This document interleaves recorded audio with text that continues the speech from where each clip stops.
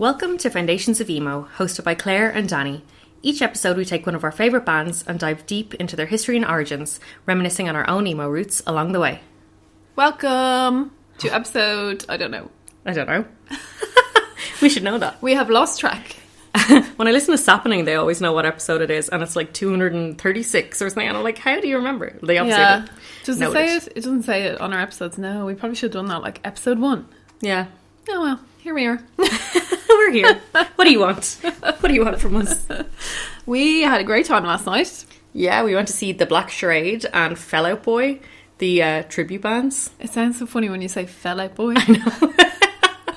I said last night, I was like, I sound really drunk, but they're actually called Fell Out Boy. I love Fell Out Boy. They're so good. Like, I'm not going to lie, I wasn't really looking forward to it. I was kind of like, know. oh, it'll be crack, like, but I didn't really know what to expect. And then I had a really good time. I had a great time. I just like Fell Out Boy actually played loads of songs that you will never hear Fall Out Boy play. Yeah. Like loads of songs from Under the Cork Tree and stuff that weren't singles. So I just loved being in a crowd and being able to scream along to them. Yeah, and because I think Fall Out Boy are so big now, you will never see them in a situation where there's no like big production. Yeah. So it's really nice to just like dance along to songs in like a smaller venue. It was in the Button Factory. And I just liked the fact they weren't trying to be they weren't trying to be Fall Out Boy. Yeah, because the Black Charade were trying to be My Chemical Romance, and it was a little bit cringy. Yeah, I didn't know how I felt about that now, to be honest. I will say, the singer, to be fair to him, sounded very like Jared Way. Yeah, and that's not easy. Yeah. There's just something a bit weird. Yeah, he was a lot. He was a bit like, I don't want to use the word. Was he a bit pervy? Yeah, he kind of was making weird sexual noises on stage and stuff. And I don't feel like Jared Way does that. No. And he came out in a wig and he looked like Matt Cushel from Emo's Not Dead. Literally, it looked like a parody. I was like, oh no, this is terrible. Yeah, I thought it was really over the top. I was waiting for Ariel to be there and be like, oh no, not again. And then halfway through the performance, he took it off and changed into like the white blonde hair from the Black Parade. I look great. Which was cool. Definitely that was cool. And his voice is amazing in that. But then he was talking with an American accent on the stage, and I'm pretty sure that he's from the UK. And they were like calling each other the band names. I just couldn't. No. Yeah, it was a lot. They were like, "Hey, Gerard, yeah, Frank," and I was like, "No, stop! Like, just play the songs." And I do wish they had played more non-singles the way Fell Out Boy did. Yeah, that would have been good. But it was a lot of singles, really. Yeah. Did they show up at the venue afterwards? They were there. Yeah, the after party. Yeah, that one guy. Was it from Fell Out Boy? The guy that looks absolutely miserable the whole time. There was this one guy, I don't know what he was playing, bass or guitar or something. Oh, he was playing guitar, yeah. And he was just standing at the edge of the stage looking absolutely miserable for the whole show. It was like he hated Fall Out Boy. He had a Motley Crue t-shirt on, and he just, like, to be fair, he had luscious hair. Yeah. His hair was fabulous. But he just looked like he would rather be anywhere else than on stage playing Fall Out Boy music. Like, it was just not his vibe. And like, every so often then he'd do a little, like, hair toss. And he looked like he was kind of getting into it, but no. Not really. He was there at the venue. There was a good few... I didn't see the singer from The Black Charade. Yeah. Maybe he was there, I just didn't see him. Maybe he had a different wig on, I don't know. But I saw that guy who looked miserable, and he was very intoxicated. I was like, did he still look miserable? He was trying not to fall down, really. Oh, no. But I hope they had a good night. We also met Raphael, who listens to the podcast, so shout out to you. Hello. Thanks for listening, and thanks for coming and getting stickers off me. Yeah, it's so cute. Stick them everywhere. Everywhere. If anyone else wants stickers off me, let me know, and we'll figure it out. We tend to stick them in places where other stickers are, because we don't want to be, like, ruining bathroom aesthetics anywhere. But if you happen to notice them anywhere, send us a photo. Yeah, please do. Danny put one in Paris, and her daughter was not impressed. She was like, we have to take that off. I was like, no, it's fine there. There's other stickers there. It's grand. She's concerned about littering. Yeah. That's fair. That's fair. I'll give it to her. Anything else going on? Anything else going on? You're going to see Taylor Swift soon. I am. Really looking forward to it, obviously. Joanne was saying that her friend is going, and she was asking, that people are like dressing up like Taylor's era style. Okay. Joanne was like, are we doing that? I was like, I'll do it in Lisbon. I will not do it in Dublin, where people know who I am. I saw someone I know went to Paris, and they had loads of pictures, and like everyone was dressed up. It just looked really fun. Yeah, like no one cared. Like girls had like little braids in their hair and funky heart-shaped glasses, and like it did look just really wholesome or something. It's probably the kind of place you could wear anything and nobody would be like, Yeah. What the hell are you wearing?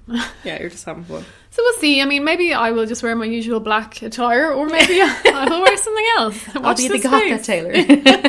Yeah, will we get into the episode? Yes. Are you looking forward to this one? I'd say you are. I'm interested because I don't know anything about Pierce the Veil, so... I think Pierce the Veil, we were probably just that slight bit older. Yeah. When they started getting big, so... I learned lots about them as well. Teach us. Okay. So they formed in San Diego, California in 2006. The band consisted of brothers Vic and Mike Fuentes. Vic and Mike had previously been in a band together called Before Today and had released a debut album in 2004 before the band broke up and they formed Pierce the Veil. Before Today had been signed to Equal Vision Records, and when they formed Pierce the Veil and came up with enough material to write an album, they were still backed by the record label, which is cool. They wrote and recorded an entire album by themselves, taking up all instrument duties, and released the album called A Flair for the Dramatics in June 2007. So I never knew this album was just the two of them. The first album. Okay. Yeah.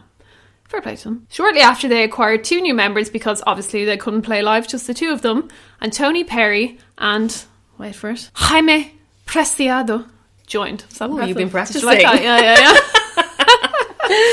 They toured for about 3 months, supporting bands such as Poison the Well, Alisana and Chiodos. This debut album charted at number 61 on the Heatseekers charts in the US, which is not bad considering they wrote the whole album, just the two of them. Oh, fair play. And I've just now realised I didn't actually look up where Pierce the Veil, where the name comes from. Does that mean something in general, in colloquial language? No, I was going to ask you if you knew where the name came from. Don't ask me, I don't know. I didn't do enough research. Whoopsies. Pierce the Veil. I'll find out. The following year, they performed one date at Warped Tour, and in 2008, they were on the entire tour. Is this foreshadowing for something later? Most definitely, yes. Their first headlining tour was called The Delicious Tour. Wow. And took place from October to November in 2008 and featured bands such as Breathe Carolina, Four Letter Lie and Emarosa.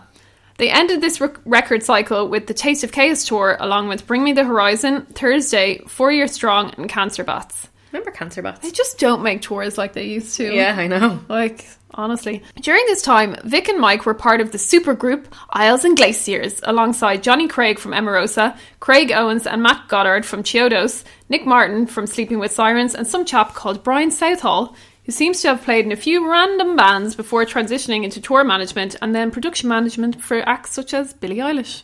Is there anything Craig Owens hasn't done? Yeah, like, do you remember Isles and Glaciers? No. Have you heard of them? I remember hearing about them. And also, I get confused with Johnny Craig and Craig Owens. Probably because there's a Craig in there. The Craigs.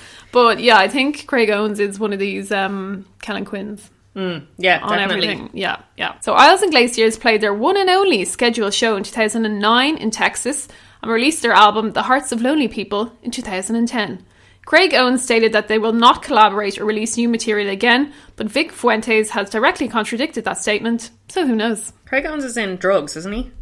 Or was that Johnny Craig? No, Craig Owens. Was it Craig Owens? Yeah. And they're back together now, so I can't see us. Are they back together? Because Craig Owens, I also think, has released music under like 2 other names. Like he's a solo singer but calls himself something else. Drugs has just announced kind of in the past week or two that they're getting back together. I don't know if it's for shows or if they're making music or what, but they're doing something together. All these super groups. Yeah. And why is Craig Owens in all of them? It's just Craig Owens. It's like Panic at the Disco, except it's just Craig Owens. Yeah. In November 2008, Alternative Press posted a list detailing the most anticipated album releases for the following year, one of which was Pierce the Veil's second album, which was due to be released in autumn 2009. In an interview with Absolute Punk, Vic stated that the album would be influenced by the fans and released through Equal Vision Records again, but he was uncertain of when. They were confirmed to be writing and demoing material at their home studio in November that year and had brought in singer-songwriter Curtis Peoples to help write songs. However, none of these songs actually made the final cut. Oh. So awkward. Imagine hiring someone to write songs and then being like, You're like, that's great, bye. And you're like, bin those. And then the album comes out and they're like, Mike Green was chosen as the producer for the album due to the albums he had previously worked on and because he was a, quote, very down-to-earth and passionate person, according to Vic. Mike Fuentes recorded all the drum tracks in one day. During this recording, he also managed to break a mic worth €6,000. Dollars, whatever. It was 6k anyway. Of some denomination. Imagine like being that person who owns that recording studio and then they break it. Jesus. I'd be like, get out. How would you even manage that? I don't know. There was some complicated way about remember when we were doing Funeral for a Friend, they did all this mad shit about banging recording things backwards and all this. There was some mad shit. Stuff like that. There's some mad shit about how he was doing the drums, so I didn't understand it, so I just didn't put it in. But it was mad. A studio update was posted in February 2010, noting that there was just 8 days left to finish recording the vocals. So obviously this album was a lot later than their previous expected release date of autumn 2009. Vic said he was never going to record in LA again because being so close to their hometown, it provided a lot of distractions they didn't need. The theme of the album was apparently these natural thoughts and feelings to want to and take, the desire to be in love, and the desperation for someone else to love you. Fans were to expect a lot of songs to sing along to, according to Vic. So there's a lot out there that goes into the idea behind basically every song. Like, it is literally nuts. Fans have like TikToks and full-on breakdowns of every single song and like what each line means and what the whole theme is, and basically it's just a lot of stuff about their ex-girlfriends. Yeah, I think they are the kind of band though that like people really get into and obsess over. Absolutely nuts. Paraphernalia features Day to Remember vocalist Jeremy McKinnon and is based on an ex of Vic's who left her possessions at his house, and every time he saw them he thought of her. Deep. Yeah, so deep. The song Fast Times at Claremont High is apparently a, quote, very selfish song dealing with human nature and has musical influences from none other than Michael Jackson. I thought you were going to say it was about a girl like his ex Claire. I know, why is it always me? You know? That time that you dated, remember? Oh yes. On a darker note, the song Bulletproof Love is written in the style of a suicide note, and I Don't Care If You're Contagious is inspired by a fan telling the band her boyfriend was involved in a fatal car crash and was written as a gift to the fan. Oh, I thought it was going to be something sexual. I don't care if you're contagious, you can still have the ride. Bit of a weird title to give that. Yeah, what's that got to do with a car crash?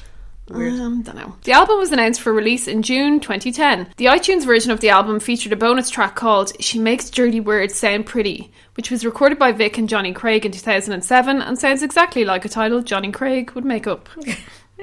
Gross. While the general consensus for this album was that it was a step in the right direction, a lot of critics commented on the auto-tuned vocals, with one reviewer from Rock Sound saying it gave the impression of something to hide. Absolute Punk also said the auto-tune rears its ugly head on the song $1 Million Houses in particular, with another reviewer, Emily Yeadon, saying the auto-tune was a little unnecessary. Do you notice this? The selfish machines. The voice in general is... Yeah. But I don't know if he just has a very Kellen Quinn-like voice where it's just very... Seeing My Sirens came on when we were out last night, and I was I don't know this band with the female singer, and then someone was like, "See My Sirens," I was like, makes sense. Every time. When is it going to be the day where they come on and you don't think that thought? Because Paramore was on, and then straight after I was like, another female singer. I was like, I don't know this band. Shout out to that DJ last night though. Oh, he was deadly. I mean, apart from when he put on The Only Exception, I was like, no, this is bringing down the vibe, but he was cool. Yeah, I liked him. Because I drunkenly was like, you're amazing. And he went, no, you're amazing. I was like, oh my God.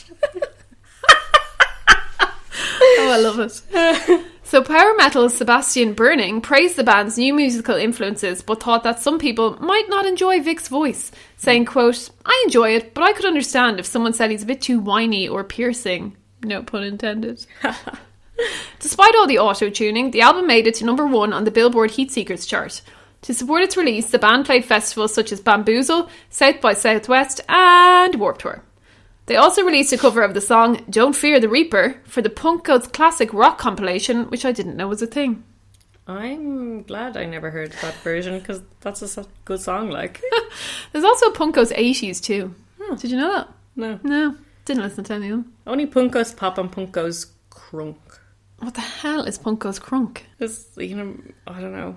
I don't even know how to describe it. What crunk is. What is crunk? Like, is that crunk kind like of rap style? Oh. Yeah! Like, I don't know. Oh my God. Was that a set? What just happened? You know the rap style that's like, yeah! No, all I'm thinking is like, yeah, like Usher. Like Lil Jon, like, to me that's like... Lil Jon, Lil Wayne, Oh, I don't know. One of those Lils. Oh dear. Actually, complete sidetrack, but you know Tupac? Mm-hmm. Tupac. Do you know anything about him, like? Apart from the fact that what about him? That's a very vague question. I listened to a podcast about him and Biggie Smalls and the whole thing, and it's actually shocking. You know, he killed a 6-year-old child. No. And nobody ever talks about it. All they do is talk about how he's still alive and wandering around the place. He was actually a fucking arsehole. Oh. Don't come at me, any Tupac fans. He shot a 6-year-old, and he shot a policeman in the arse, and he gang raped a woman. So, just saying. Oh, Tupac is cancelled. Puff Diddy, Puff Daddy, whatever his name is, Diddy, was so involved in all this. He basically orchestrated the whole thing, and he's just floating around free man with all his money. Anyway, let's not do any sort of episode on Tupac. Oh no, that was going to be my next episode. What am I going to do now? You can do Biggie Smalls. Yeah.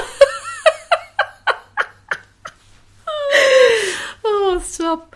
So Pierce the Veil were also part of the This Is a Family tour with Of Mice and Men, Attack, and In Fear and Faith, which lasted until the end of 2010. The band announced the 2011 touring season would begin by touring with Silverstein, Miss May I, The Chariot and A Bullet for a Pretty Boy on what was known as the Winterizer Tour. Sorry, Bullet for a Pretty Boy? I've never heard of that. That's why I know, since reading that I was like, is that right? Yeah, it's banned apparently. But they really need to like get onto Sum 41 with naming these tours. Winterizer. In March and April, they toured with A Day to Remember, Bring Me the Horizon, and We Came as Romans on the Game Changers tour. Sounds like, you know, when police come up with code names for their investigations and they're like totally random and have nothing to do with the thing. Operation Game Changer. So speaking of Sum 41, they were supposed to support Sum 41 on their South American tour that September, but the tour was cancelled due to Derek Whitby's illness. They were on the Punk Goes Pop 4th album covering Bruno Mars' Just The Way You Are. And I remember this cover so well for some reason. Do you? I probably have heard it. But yeah. I mean, it just sounds like... I never felt like those Punk Goes Pop really sounded that different from the originals. Yeah. See, there was only ever like a couple of tracks off them that I really liked, and I'd just listen to those ones as opposed to listening to the whole albums. Yeah. Punk Goes Acoustic. There was another one. Yeah, I liked those ones. So 2011 marks the end of their signing with Equal Vision Records, and they were subsequently signed to Fearless Records.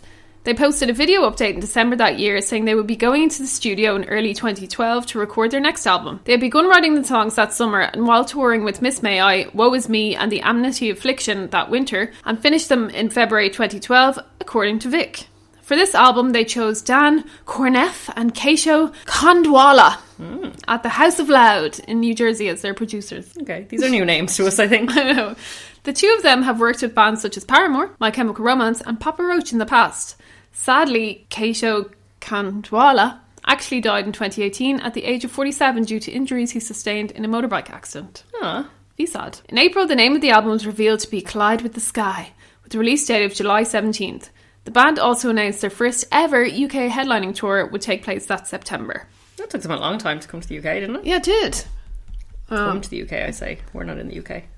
Go to the UK, I should have said. Come to the... Oh, yeah, look at you, Miss English, right? Making notes on myself. The album was a success, entering the Billboard 200 charts at number 12 and has since been certified gold. Alternative press stated it was their best work to date, which I agree with. Okay. Do you remember this album? This is the one that with like King for a Day and stuff, isn't it? Yeah. I have to say, I've never listened to Pierce the Veil in my life. I'm going to say something really controversial. Oh, no. Didn't hate it.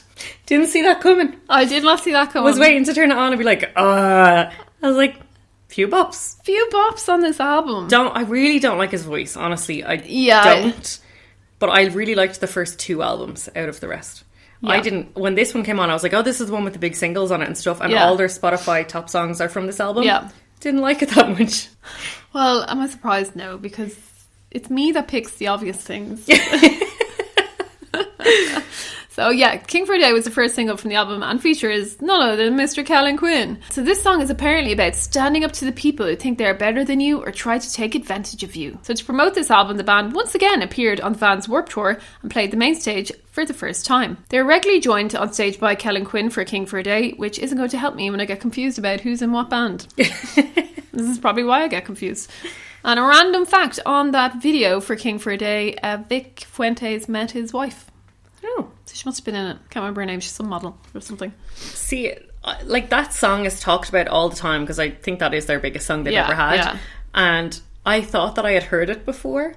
And always in my head I was like, King for a Day. What's that song? King. That's Green Day. That's Green Day. Yeah. I copped when I heard the actual King for a Day. I was like, that doesn't sound anything like what I thought it sounded like. And then I was trying to sing it in my head and I was like, oh no, that's Green Day. I'd actually never heard the Pierce the Veil King for a Day song before. What album is that on? King for a Day. A very early one, I think. Is it? Yeah. Yeah. Sounds like it. So Pierce the Veil sold out almost every date on their UK headlining tour, and the equivalent US tour afterwards achieved similar success. So I do really think this was their peak. Or at least in my head, this was their peak. So they won 9 categories in the Best of 2012's Readers' Polls conducted by Alternative Press, including Album of the Year. In January 2013, Vic revealed the band had begun writing songs with Tom Denny from A Day to Remember. Pierce the Veil were announced as a co-headlining act for the Spring Fever tour in the US, along with All Time Low, which is probably too many alleged perverts in one place if you ask me. So, a film documenting the band's first ever world tour was announced in September 2013, with the band saying, "This DVD is for the fans and the fans only. Thank you for letting us travel the world and share this adventure with you." At the end of that year, they announced they would have a new album in 2014, once again released through Fearless Records. Release all the albums again, banging them out. Yeah. How do these bands do it? I was surprised they only had 5 albums, to be fair, though. I was glad they only had 5. Because, you know, there's so many bands. There's one band that I absolutely adore, and I want to do them, but I just can't because they have so many bloody albums, and the longer I leave it, the more albums they have. They've released 6 since we started the podcast. I'm like, oh no. Even I put them on the way over here and there's a new single release. It's like, no, stop it. I will eventually deep dive. I know, we just have to like bite the bullet on these because we can't avoid bands just because there's so much music to listen to. So also in 2014, they decided to add to our confusion once again by doing a co-headline tour with Sleeping with Sirens. They started in North America with support from Beartooth and This Wild Life. The second leg of the tour took place in Europe in the Netherlands, Belgium, Sweden, Germany and the UK, with all dates selling out. Which is a big achievement. I don't remember them ever coming here though. Sure, they were here the other week. I know they were here. Oh no, they cancelled that. Yeah, never mind. Yeah. But like previously, I don't remember. So I just wouldn't have paid attention because I had no interest in them. Yeah, I mean, I still don't. I don't think I would like to go and see them, to be fair. We keep getting things on our Spotify for Escape to Fate, and it's like, I don't want to go. They're playing Whelan's. Yeah. I couldn't believe it when you told me that. I was like, what? Yeah, I got did I get an email or did Spotify tell me? But they were like, Escape the Fate are playing Whelan's. I was like, I don't care. The parents lock up your kids on that day because Ronnie Radke is in the building. No, he won't be because he's not in that band anymore. Whatever. He's a guy. I hate them all. Yeah, I don't like them anyway. They're all pervs. Pre-production for their new album began in May 2014, and in June, Vic and Tony announced they would be flying to New Jersey to start recording with producer Dan Corneff. However, the band were now aiming for a release date of early 2015. I just wish like bands wouldn't say when the album's coming out if they don't know. Yeah. Don't be like, we're going to have an album next year, and then be like, wait a second, no, year after. Like when it's at a stage where you know for sure we're releasing it like this date next month or whatever, sure. But when they're saying it like ages in advance. Even haven't even started writing it, like, come on, guys. We still haven't got that Bring Me album. Yeah. The reason for this delayed release was apparently due to them writing 2 new songs while in the studio with Dan, which led to them being several weeks behind. So 2 new songs took several weeks. But for some reason, the album still didn't surface in 2015. They did try and keep the fans ticking over, though, by releasing a new single, The Divine Zero, in June. And finally, in March 2016, the album's release date was confirmed for May. The wait was worth it, as it seems the album surpassed their previous in terms of charts, selling nearly double the amount of records in the first week that Collide with the Sky had. It also debuted at number 4 on the Billboard 200, which was obviously their highest charting so far. For the first time in this album, the band don't just talk about their personal experiences and relationships, but actually write about a historical situation. Circles is apparently about the 2015 terrorist attacks in Paris. Also, I did a thing again, guys. I have this habit of like talking about all the albums and never saying what they're actually called. So this album is called Misadventures, in case nobody knew, but that's what it's called. So this is also the band's first ever album to chart outside of the US, most notably in the UK and Australia. Alternative Press said every single track is a winner. I didn't think that. Yeah, I wasn't crazy with this album. No, I feel like it went downhill. It was like peak and then down. As I said, I like the first 2 because they're giving me like classic kind of emo, and then they've got a little bit more experimental after that, and I'm not into it. I'm just not into it. We just want classic emo. I think what's sad is the first album came out in 2007, which was my like peak emo stage, and if I had heard it, because they hadn't really broken at that time until like the second or third album. Yeah. But if I had heard that in 2007, I actually think I would have been a big fan. Yeah, I just don't remember ever really hearing about them until I was like in my early 20s. Yeah. And that third album came out. Yeah. And I was like, oh, this is alright. Oh well, sorry guys, we missed out. And then in 2017, the allegations about Mike Fuentes came out. Of course. We all knew they were coming, guys. They played Warped Tour. What else did you expect? Did you know about this? I knew that they had allegations against them. But I don't know any details, I don't think. So Mike is the drummer. Who's obviously Vic's brother and has been in it since the very start. So an anonymous tweet was posted in which a girl claims she was 15 when she began speaking to Mike on MySpace. She didn't really know who he was at the time, as this was when their first album had just come out. He invited her to come watch a show that Vic was playing, and by this stage she had turned 16. Apparently, as soon as they got inside the show, they began making out. She said he never asked her age, and she also never told him. But a few months later, her friend messaged him informing him she was only 16. He confronted her about it and she confirmed it, saying she was sorry she hadn't told him, to which he allegedly replied, "Ha, I don't care, babe. I just thought it was funny she'd try and message me about it." Hilarious. So funny. The first time they ever had sex was at, you guessed it, Warped Tour in 2008. As this girl points out, she was born in 1992 and Mike was born in 1984. And by this stage, he was aware of his age. His age? Obviously, he was aware of his age. What age am I? Oh, see, that was the problem. Actually, he couldn't remember what age he was. By this stage, he was aware of her age. She does also say she has no idea if the rest of the band knew how young she was, but they never mentioned it, despite the fact she says she looked super young. The relationship lasted until this girl was 18, during which time they had sex and got naked over video call countless times, and she has saved every single chat. They stopped speaking in 2010 due to what she says was a really drunken night that put her in a very weird position with him, which she doesn't really explain. She just said it was like something happened, obviously, and then he basically stopped talking to her. Yeah, very cool. What age was he at this stage? Sorry, if she was Right, 16. let's do the maths. So, if they had sex at Warped Tour in 2008, she was born in 1992. So, there was 8 years between them. Uh-huh. So, if she was 16, he was 24. Yep. Sexy. Yeah, no. Not sexy. So not.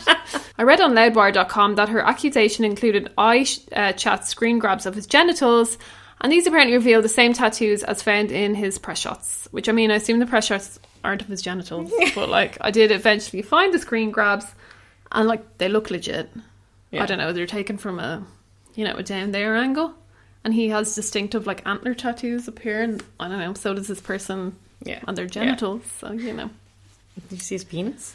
It was blocked out. Okay, Yeah. Ew. Can we just talk about that, though? I mean, why do men send penises? I don't know. Very unattractive looking things. Oh, my friend who's in Australia, she was saying that she was talking to a guy on Hinge.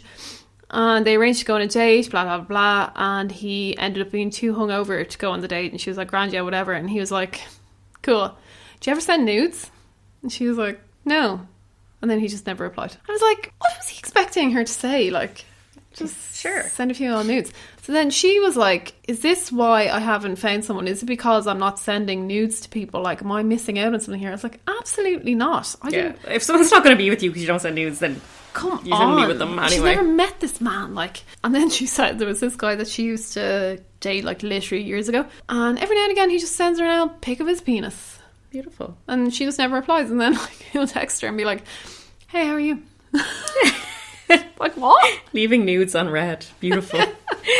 That's when I started in my current job, my manager at the time, she's not my manager anymore, she's left, she had to come to my house with a Christmas gift because we were all working from home for COVID. Oh yeah. She was going around to everyone's house and just giving like little gifts in, which was cute. But she called to my house, and like, bearing in mind she was my manager, I really don't know where this is going. I was only working in the company about 4 months, and I only knew her like through video call. I met her when I started the job. Yeah, this is my second time like meeting her in person, face to face.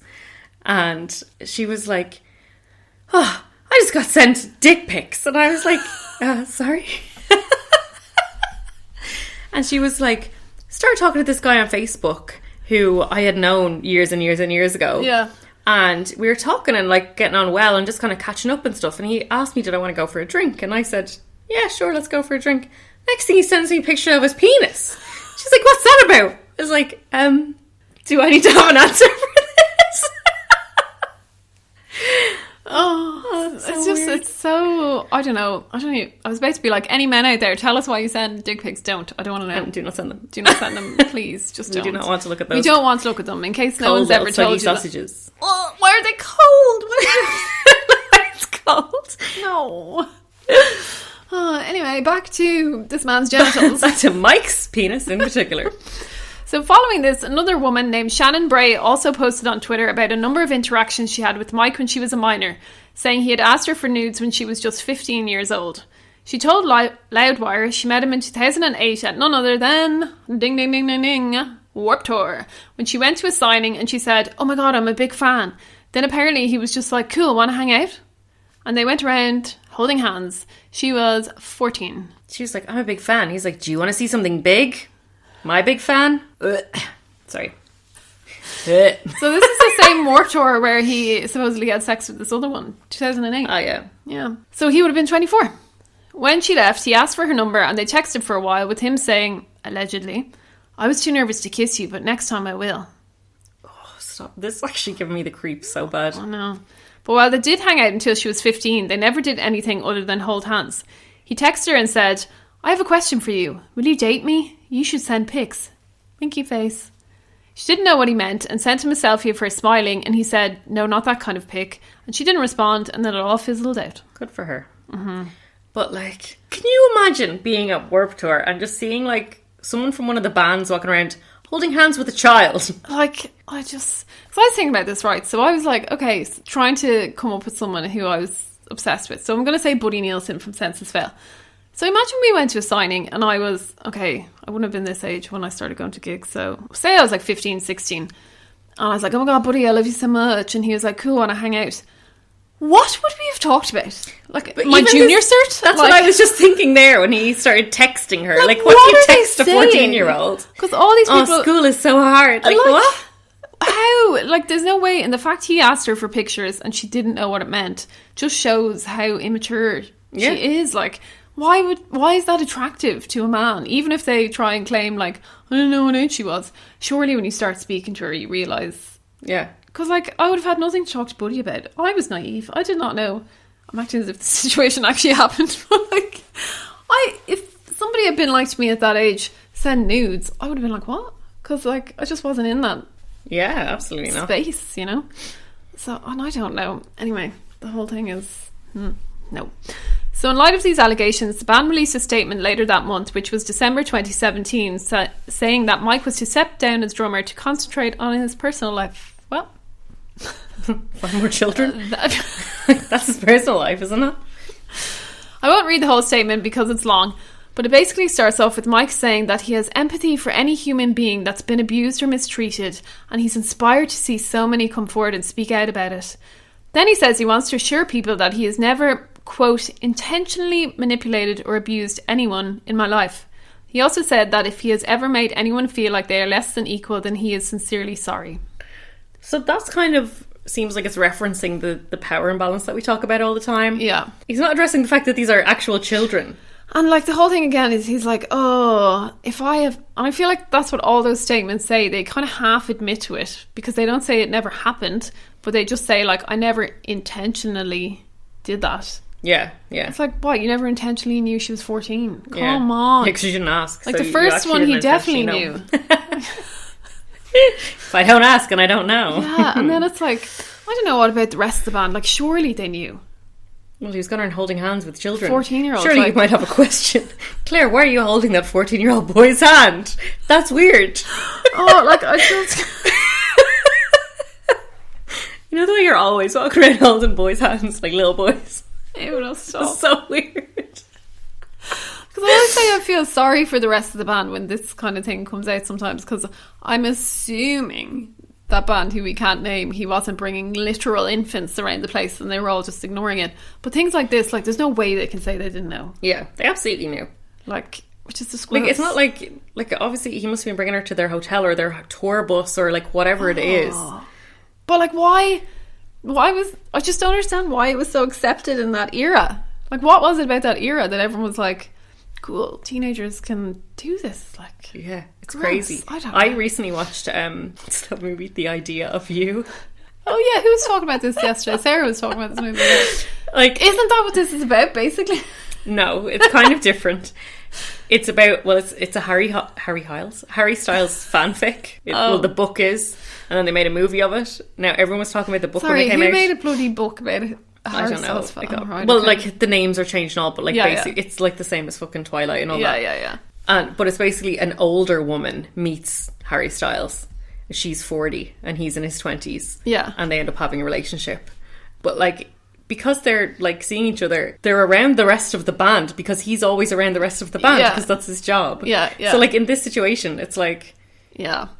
How did I not know? Surely she was around the rest of the band. Like, he didn't entirely avoid the band if he's like bringing these kids around. And I think because with a lot of stuff we talk about with these allegations and all, like sometimes you're like, they're kind of things, situations I could never see myself in, like with what's his name from Aiden and all that. It's like we just never be in the situations. I could see this happening to a lot of people. Like if you're 14 and you go to a signing and you're like, oh my god, I love this, you like your band so much, and they're like, cool, want to hang out, you're not gonna be like, no. Yeah, you're like, oh my god, amazing. Yes. Like, you know, so gross, power imbalance, gross. So he stated that he was taking a break from the band in the hopes that it would allow them and the fans to continue focusing on the music and the message that Pierce the Veil stands for. What is that message? What is the message? Please tell us. In the statement, the band announced their decision to withdraw from their upcoming UK tour with All Time Low, because I suppose if they don't have a pervert in the band anymore, they wouldn't really fit in. No. What would they talk about with All Time Low? No formal charges were brought publicly against Mike for either allegation. So, like, it is all out there on the internet. I only named the name of your one because she has it out there very publicly saying it. And they're basically saying it being like, people are afraid to say this because it's embarrassing. Like, I would be mortified if, like, I was 14 and this happened to me. I'd be like, oh my god, it's so embarrassing. Yeah. Poor kids, like. So 7 months later, Vic posted on social media that he was working on the band's 5th album. Almost a year later, in February 2019, Pierce the Veil's official band Twitter posted that they were indeed still working on that album. By 2020, it still hadn't surfaced, and we all know what happened in 2020. So in April that year, they uploaded a home rehearsal of their track Hold On Till May on YouTube in light of the COVID-19 pandemic. This performance did indeed feature Mike, but the band didn't address it.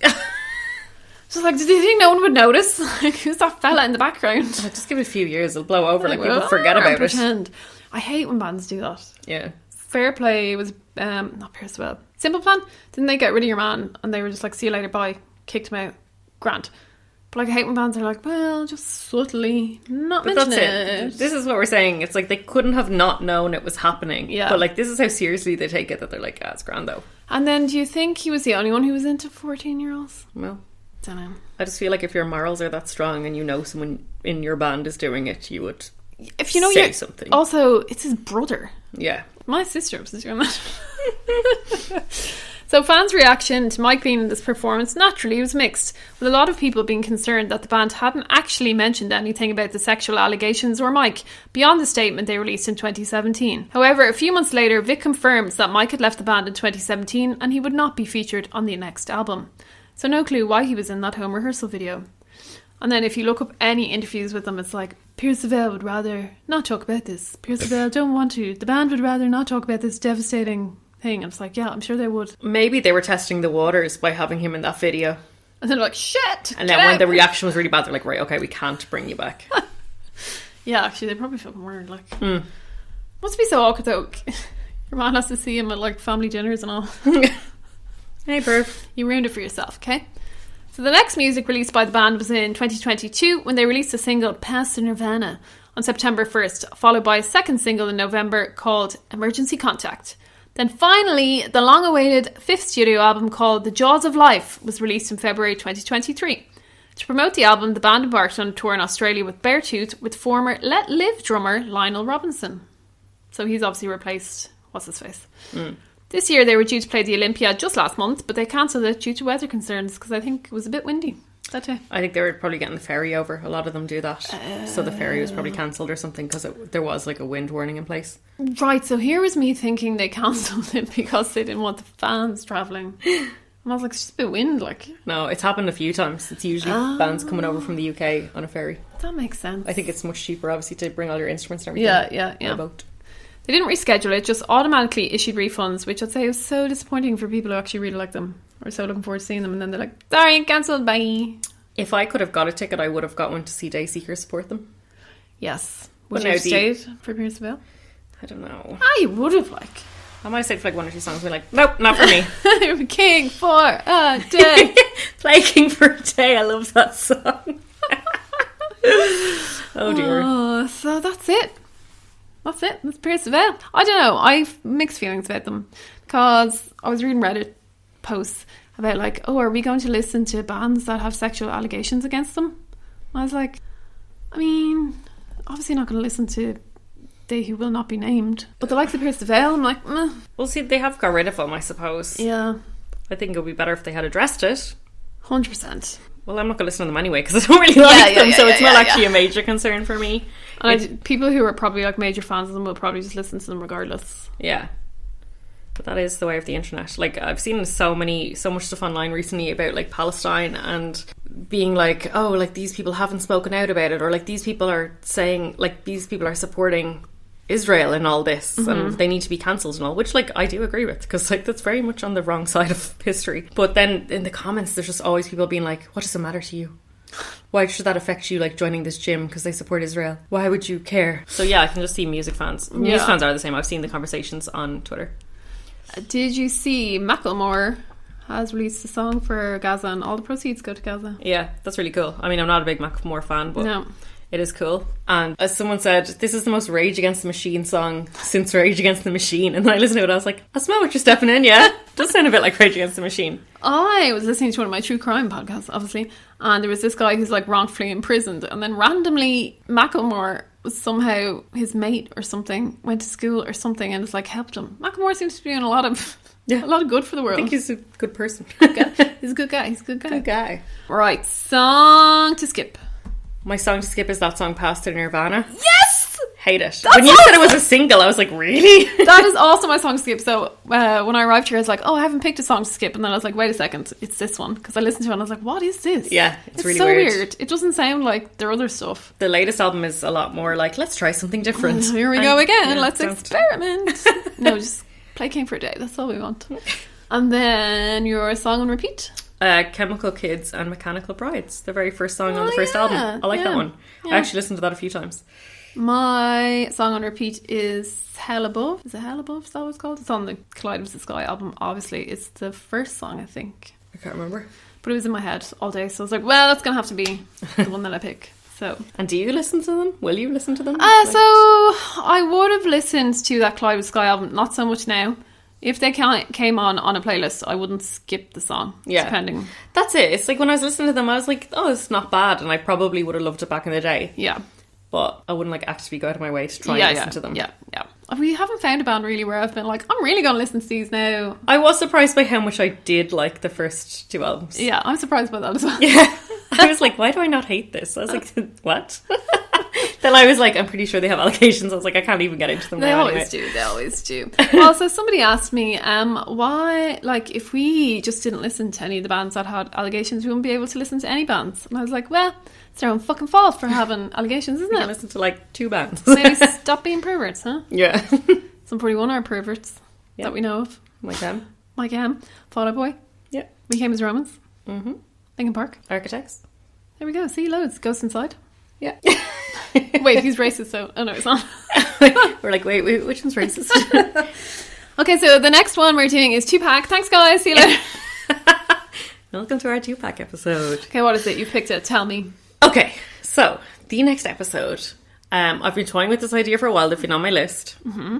And then I was like, will I do them next? And I Googled their name and a story came up. Oh. And I was like, that's it. I'm doing them based on this one story. So I don't know much else. I know like 1 or 2 minor things. So I hope it's going to be a good episode, but there is one good story. I know that. Okay. And it's Bayside. I knew you were going to do them. But I'm also going to see them next month, so I wanted to pick them because I have to listen to them anyway. Do you know the story that came up? I'm assuming is the story I know about them. Did you know that story?